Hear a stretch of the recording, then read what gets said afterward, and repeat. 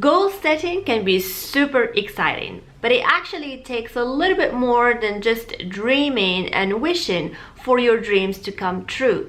Success people do not achieve amazing and astonishing results by just chance. It actually takes discipline and commitment for you to finally reach that point where you can say, yes, I did it.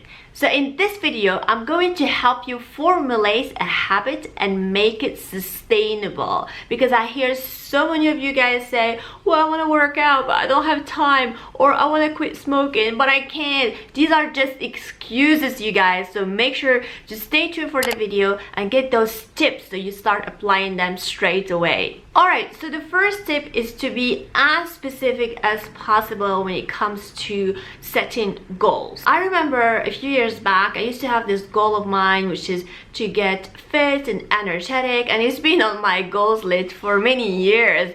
Until last year, I realized, what does that mean actually, fit and energetic? And I actually thought about it and I was like, yeah, what's the problem? And the problem was that I wasn't able to like walk very long distances or intensely or run without feeling like breathless. And my goal was to be able to run about 30 minutes without being short on breath. So the goal was to be energetic and fit, but at the end of the day, that was just a wish. And the real goal, the actionable one, was to be able to run 30 minutes without, being out of breath. You want to make more money. So how much more money do you want to make? Per month, per year, per day? You want to read more books. Then how many more books do you want to read? And what genre? Just be specific with your goals. Tip number 2 is to think strategically. Think what is the biggest step that actually can bring you the most result. And this is inspired by the 80-20 Pareto rule, that you need to think of the one action, the daily action that will bring you the most results. So if you want to start to be a morning person or join the 5 a.m. club, morning people, then what is the one thing that's going to help you get there? So the one thing that's going to help you get there is to go to bed early and feel rested. Because if you want to go to bed at 1 in the morning and wake up at 5, chances are you'll be struggling throughout the day. You're going to have some lack of energy. You're not going to feel super productive. If you want to start a business and you're already working a full-time job, so what is that one thing that is actually going to help you build your business? So think of this one action that will dramatically help you formulate this habit and make it part of your daily life. Number 3 is to create the right environment. It's pointless to try to stop smoking if you're still hanging out with friends who like to smoke and drink coffee at the end of the day. Obviously it's going to be harder on you. What you want to do when you're formulating your habit and you're just beginning with it is to help yourself be in the right environment. For example, if you want to stop drinking fizzy drinks and sodas, etc., then one thing that you could start doing is to actually stop bringing sodas home. So at least there is one space where it's soda free. So number 4 is schedule it.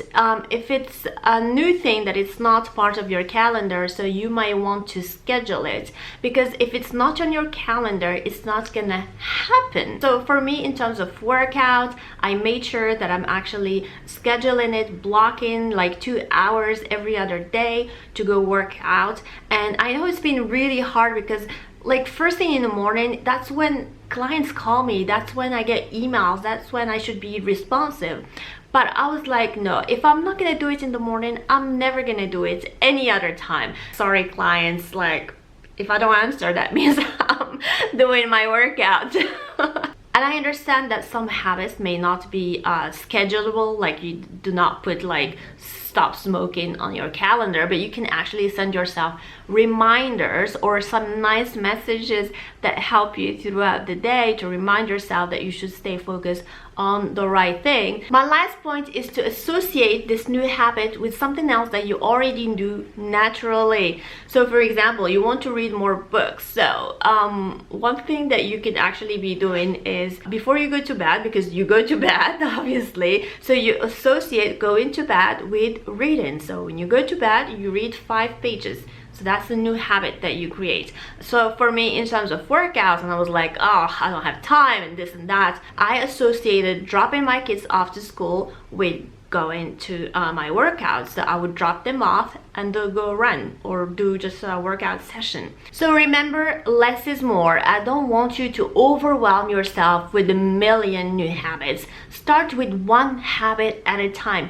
And remember, success doesn't happen overnight. You know, that bodybuilder guy, he didn't build his body like that overnight. It was like a daily exercise that he had to do. Or that millionaire next door didn't just accumulate money suddenly unless they're inherited. Those who succeed are the ones who keep on doing the same thing over and over and over without getting bored. And actually, I'm currently reading a book. I haven't finished it yet, but I think it's really good recommendation if you want to look into more about habits, how you form a habit. It's called Atomic Habits by James Clear, and I'm actually loving it because it gets into the science of how a habit is being formed and how you can trick your brain to actually stick to it on a deeper level. Alright guys, so I hope you enjoyed today's video. Let me know down below what habit are you developing this year, 2020. Here now, bye!